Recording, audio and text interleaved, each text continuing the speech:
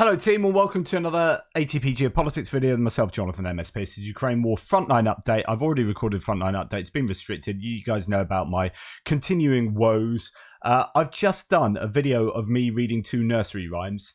No metadata on anything, and it's been restricted. In fact, I can't upload anything without it being restricted. It's absolutely insane. And so that means basically I'd be working sort of whatever, how many hours a day do I don't know, 12 hours a day or whatever I work, just completely for free. And so that becomes a bit of an issue, right? It's unsustainable.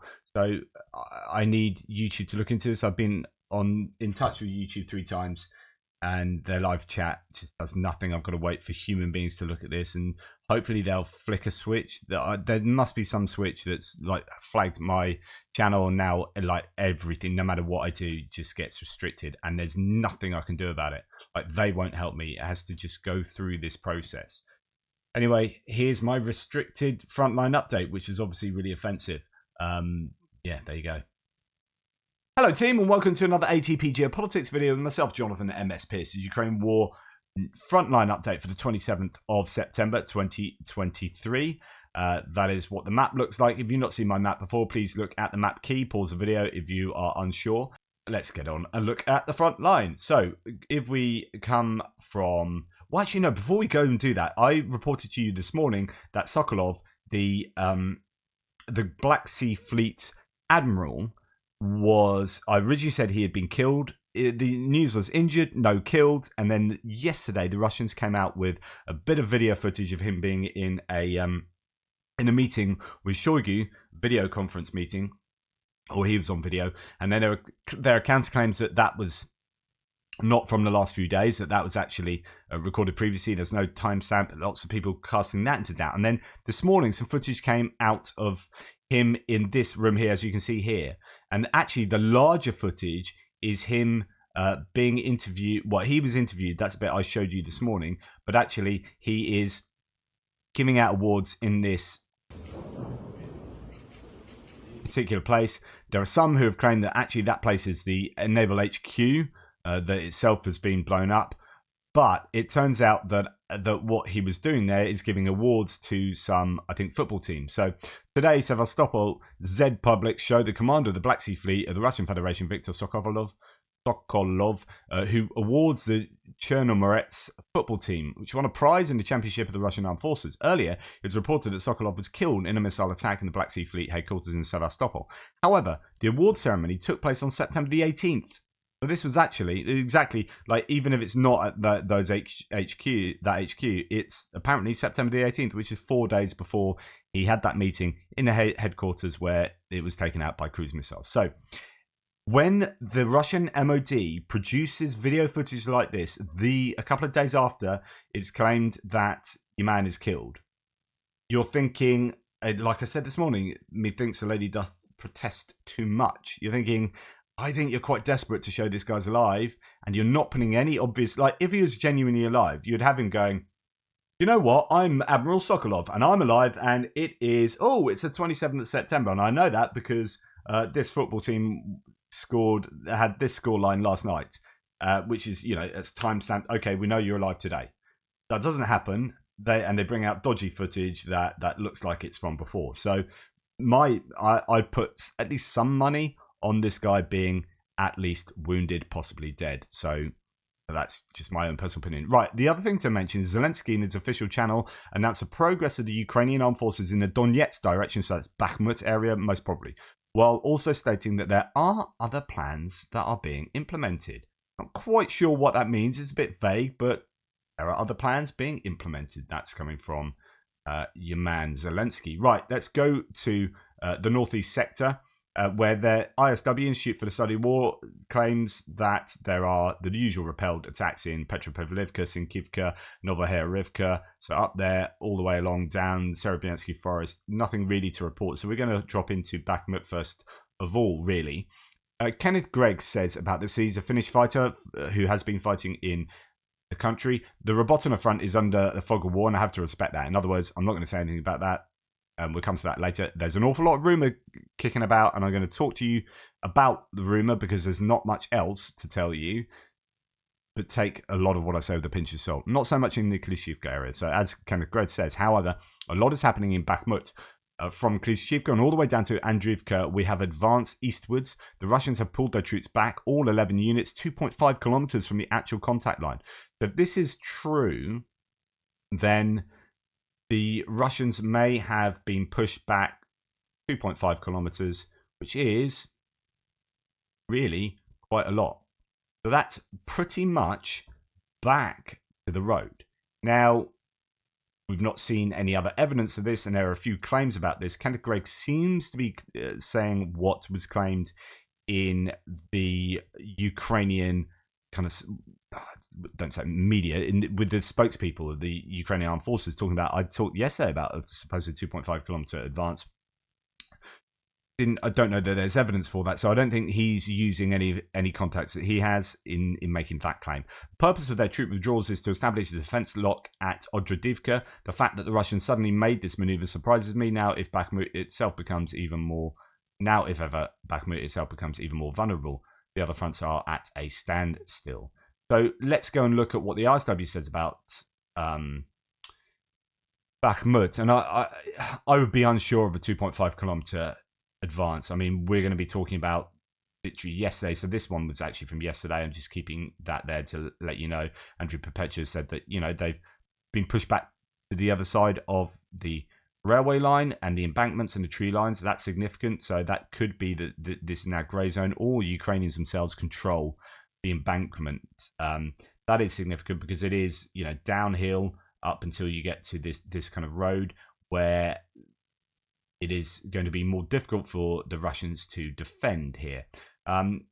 We have deep state map showing that the Ukrainians have pushed the Russians back behind the embankment all along here. I mean, it's only a slight move of the line, but actually it's fairly significant, and a little bit more down here, because it shows that the Ukrainians have pushed the Russians out of what are really pretty decent defensive lines there. So that's pretty much all the way, or most of the way up this line, as according to Deep State Map. Well, going back to the ISW, Yevlash, a spokesperson for the Ukrainians, said the Ukrainians were successful near Ivanivska, Klishchiivka, and Odradivka. Well, that's interesting. So we've got, let's get rid of that. So we've got Odradivka. So moving towards that, we've heard that for a number of days. So maybe there has been a big push. The Ukrainians have maybe pushed the Russians back that far. That would fit in with the 2.5 kilometer claim. Don't know. Then there's claims about Ivanivska. Well, Ivanivska is up here, back in Ukrainian-controlled territory. Now, I don't know if it's another Ivanivska, because you have these problems with names, and we'll go on to that because they also mentioned Zaporizhzhya here. So, well, you're thinking that's good, but I just want to show you that that's a Zaporizhzhya they're almost certainly talking about, which is inland from the road and, in this direction towards Zaporizhzhya. So that means from here, they might only be over here, but this is the location that they use as a kind of benchmark. But anyway, look at Zaporizhzhya there. Zaporizhzhya there. It's the old Ukrainian problem. That's one I hadn't noticed before. Just, what are you doing, Ukraine? Don't confuse people. It's just down the road. Oh, you're going to Zaporizhzhya? Yeah. Oh, I'll meet you by the pub. Okay, yeah, I'll meet you at the pub in Zaporizhzhya. Jim's here. Harry's up there. What's going on? Anyway, shut up, Piers. Right, so it's kind of happening in Bakhmut. Russian mill bloggers are claiming that Ukrainian forces continued assaults near Klishchiivka and that Russian forces withdrew from positions along the section of railway line northeast of Klishchiivka. A prominent Russian mill blogger claimed that small Ukrainian assault groups continued periodic assaults along the entire Klishchiivka, Andriivka, Kurdyamivka line. That's absolutely unsurprising. So that's from here down to Kurdyamivka. All of this is a fairly active front line. The ISW continues. The Ukrainian General Staff reported on the 26th that elements of the Russian 200th Motorized Rifle Brigade on the northern flank are taking heavy casualties, suffering heavy casualties. So that's a northern flank. That'll be up in this area of Orikovo-Vasilivka, probably around the road area, I assume, rather than further along to Rozdolivka, although I'm not wholly sure. But it's interesting. So elements of the 200th arrived in Bakhmut area to defend Bakhmut's northern flank against localized Ukrainian counterattacks following the Russian capture of Bakhmut in May. Ukrainian counter-offensive operations have fixed these elements the 200th to Bakhmut's northern flank since the start of the counteroffensive. So 1, they are attriting. 2, it's fixing, which is exactly what we talked about as far as what the point of Bakhmut is for the Ukrainians. It is about ideally fixing at least fixing, ideally attriting the Russian forces, and the Ukrainians are doing that, as according to at least that report. Okay, Russian mill blogger claimed that Russian Storm Z units, so the penal units of convicts, units recently advanced into Andriivka under the assumption that the Russian airborne forces, the VDV, would provide support, but that VDV elements failed to reach their positions. Ukrainian ground forces commander Syrsky stated that on September the 18th, so this is going back a good week or so, 10 days really, that Ukrainian forces destroyed the combat capabilities of the elements of the 31st Guards VDV and the 83rd Guards VDV Brigade during the liberation of Andriivka and Klishchivka. So I guess the claim is, if the Russians are now saying, well, our motorized rifle brigade or whoever it was, advanced to Avdiivka with the hope of being supported by the VDV, but the VDV didn't support them, then we've heard previously that the VDV had been decimated, then that lends credence to the claims by the Ukrainians that the VDV have indeed suffered huge casualties. So the VDV elements south of Bakhmut may be failing to perform combat tasks due to its reported destruction of combat capabilities. So I thought that was worth pointing out that yes, you're having fixing, but also the claims of large losses in Bakhmut are pretty reasonable claims, right? Here, Global War Monitor says that the road that leads into Klishchivka from the west is now under the full control of the Ukrainians. That is this road coming in to the top of Klishchivka there, which would have been somewhat under Ukrainian control, but the Russians did make some gains here at one point. They've been pushed back subsequently, so that road will help the Ukrainians. Of course, it'll be vulnerable to fire control of the Russians, but it will be usable by the Ukrainians at least somewhat. And then General Staff is saying that there have been advances in the Bakhmut and Melitopol directions. We'll obviously get onto the Melitopol direction soon. Ukrainian forces continued offensive operations in Bakhmut and direction, and in the east and south in Melitopol. Russian troops reportedly launched unsuccessful attacks near Severny and Marion Cut in Donetsk and south of Novoderivka in Zaporizhzhya Oblast. So that's a claim that if we come out of Bakhmut now and come down to Avdiivka, there are some claims of repelled Russian attacks near Severny and near Marion Cut as well. When it comes to Avdiivka, the ISW doesn't say too much really, not a lot going on. This, though, is worth pointing out. The Ukrainian General Staff reported that Ukrainian forces repelled Russian attacks near Avdiivka, okay, southeast of Severny, right, we just heard that, and near Marion Cut. A Russian mill blogger claimed that Russian Storm Z units captured several Ukrainian strongpoints near Opitny, but suffered heavy losses. Okay, so Andrew Perpetua was talking about last night in his live stream that the Ukrainians appeared to have captured some areas, small advances, but somewhat significant given the nature of the area around here. So I don't know exactly where, but somewhere around here, some strongholds or tree lines, important dugouts or whatever, were taken by the Ukrainians. However, that ISW claim is that the Russians had pushed back in the Opitny area and have taken some strongholds, but themselves suffering heavy casualties in so doing. Anyway, all of that is plausible. That there is activity happening in Avdiivka. That much we can be certain. And then Marion Cut is kind of appearing on the news, if you like, quite a bit at the moment. Andrew Perpetua was talking about in his live stream again that and previously that the Ukrainians are further forward in this area, like I said yesterday. But he said there are Ukrainian tanks that come up here, do activity around there, and then shift on back. That always strikes me as indicating possible lack of Russian drone activities to spot for tanks. Like if a tank can get all the way from here to there, attack, and that's happening multiple times, then they're not able to cover this area with accurate artillery fire and have drones, putting paid to that kind of activity. But maybe I'm overstepping it there. So activity in Marion Cut still. We come on down past Vuhledar, past Velika Novosilka, really, where there's not really a lot of activity going on there. A couple of, repelled attacks in Zavitne Bazhanye, Priutny direction, as I've said previously. So Priutny and Zavitne Bazhanye there. So, yeah, really quiet comparatively speaking, and that is possibly because everyone's been drafted down or redeployed down to the Robotna axis or sector. Sorry. So, okay, this is where we get onto rumor. A lot of people are saying stuff. Is there evidence to back this up? No. Does that mean it hasn't happened? No. Does that mean it has happened? No. What's happened? Don't know. Okay, brilliant. Thanks. See you later. Fog of war, but it's quite possible that the Ukrainians are doing a massive attack, and the last 24 hours has been pretty insane.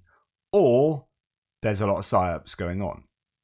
Now, let's run through some of the sources. So Thomas Tyner says, my sources tell me that Tokmak direction, i.e. Robotina, is becoming increasingly hot by the hour. Ukraine has committed a full set of forces. The bloodiest phase of the Ukrainian offensive has begun. So he's, big on saying that that is where it's happening, and it's happening big time. Michael Weiss saying, who has his own sources, saying getting more indications of increased Ukrainian activity in this direction. Too early to confirm anything, but the chatter is picking up, and he here refers to no reports, who says Russian channels report, so this is coming from Russian sources, the report about a heavy escalation in the Zaporizhzhya region near Verbovy and Novopokropivka. The Ukrainians are on the assault. Yes, something beautiful is coming, he says. Then Dead District, possibly referring to the same sort of Russian sources. Elite VDV are exhausted and they send their last reserves. Social media is full of wives looking for their husbands from the 70th Regiment and the 42nd Motorized Rifle Division who have been missing for 2 weeks or more. There are cases of soldiers missing for 2 months. So this is referring to the ISW claims that elements of the Russians' 42nd Motorized Rifle Division are increasingly counterattacking near Novopokropivka, suggesting that Ukrainian counteroffensive operations may have degraded relatively more elite Russian airborne elements that were responsible for counterattacking in the area. Okay, so previously the VDV were counterattacking in the Verbovy and Novopokropivka area, and now they're resorting to, lesser troops, to less able troops, less well trained troops to do that work, which suggests that the VDV might have been degraded out of there. Okay, on another source here on the Zaporizhzhya front, there is a sharp escalation in the situation after a massive artillery barrage. Ukrainian armed force militants launched an assault in large forces. There are heavy, fierce battles going on, is the claim. Russian Telegram says Global War Monitor is a frenzy, in a frenzy about a rumored offensive by Ukraine on Verbovy and Novopokropivka. It wouldn't surprise me. Is it definitely happening? Don't know. And then Rodu Hosu, again, this is where you got to worry sometimes that people refer to and depend on other sources that themselves depend on these, and it's often quite circular, or at base of it are only one or two sources claiming this, not a whole plethora of sources, but one or two sources that everyone else uses. And it seems like there's 50 different people saying this, and there are 50 different, but it's based on like what 2 people are saying or 1 person is saying, and so you can call into question what is actually happening, right? So Radio Hosu here says, I saw Thomas Tyner's status, I've called, I can confirm. So he's saying, I can confirm what Thomas Tyner said, that the direction is becoming increasingly hot. Well, here Radu Hosu is saying massive artillery barrage put in by the Ukrainians in Orikhiv-Tokmak axis, meaning that in the direction of Novopokropivka, Verbovy, and more south in direction of Ocheretuvate, the Ukrainians have started an apocalyptic, and this is what he says, as Russian sources call them, use of artillery. Bradley, Strikers, Marders, Challengers seem, though unconfirmed sources here, to be present there. So it could be that they're throwing everything and the kitchen sink at this sector. What has started tonight will be bloody, he says. And other sources here, so Max 23 referring to the ISW, the Ukrainians have reached the outskirts of Novopokrovka and transferred forces to Russia has transferred forces to Tokmak. So we know that they're on the outskirts of Novopokrovka. That's nothing new. Some of the claims are that they're actually well within it and fighting, is going on at the center. But they are also talking about how reserves have been, and they might be ill prepared reserves or hastily prepared reserves sent to Tokmak for the Russians. Obviously, things are looking pretty hairy there for them. To continue, the Ukrainians achieved success near Ivanivska, Klishchivka, Odradivka, and Zaitsev in the Donetsk region, which we talked about. Enemies deployed near Tokmak. His command did not staff a multi-echelon defense. So there are worries that it's just a single echelon defense. Might have some reserves in Tokmak, but they're not like layered back and back. And so if the Russians get completely exhausted and degraded in this first echelon defense, then that's them done. Would be the most positive way to look at it. Well, Russians are afraid of the breakthrough in the Zaporizhzhya region, and therefore they're pulling up reserves to Verbove. This was stated by the spokesman for the Tavria group, military group. I think there will be good news soon, the spokesman added. Of course, I've been talking about how there just aren't reserves, right? And that's a problem. So that they're pulling reserves, it's likely, in my opinion, that those reserves are low quality or being drafted from somewhere else. Now, what might be able to happen in terms of pulling up reserves is this.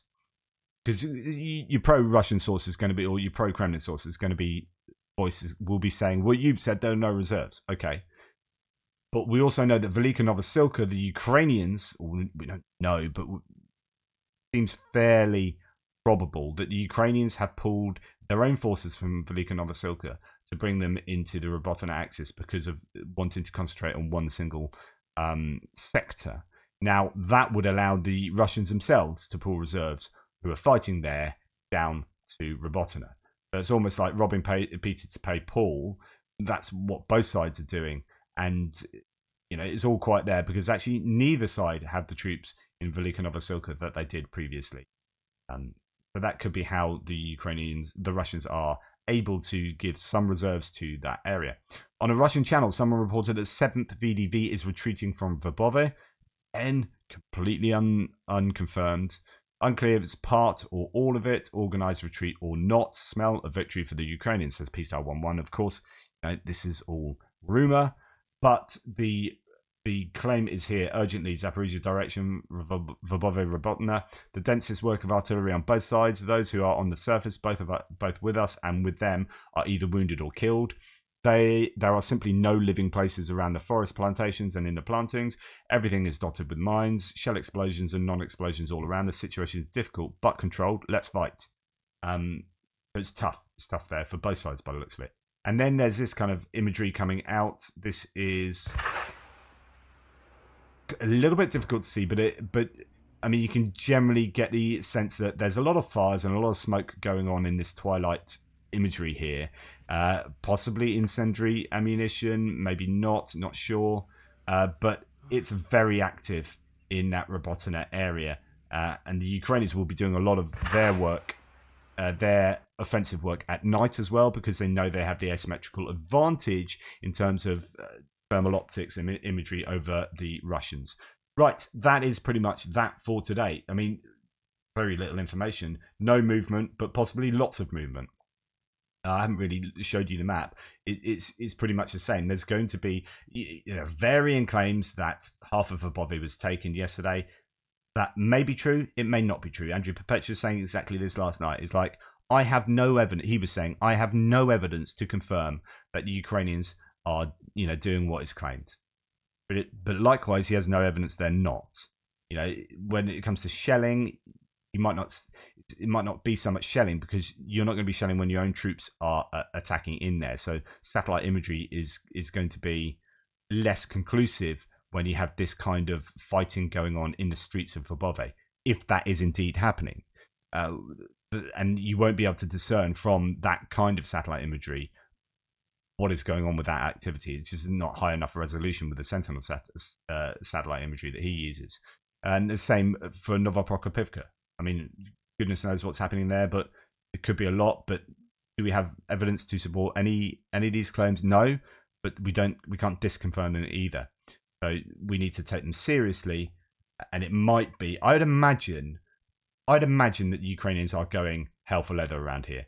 They're pushing it. It's probably the right time. They've degraded artillery significantly. Have they done it enough? Don't know. But they don't want to give the Russians more time to lay mines and build defenses. At some point, they've got to bite the bullet, right?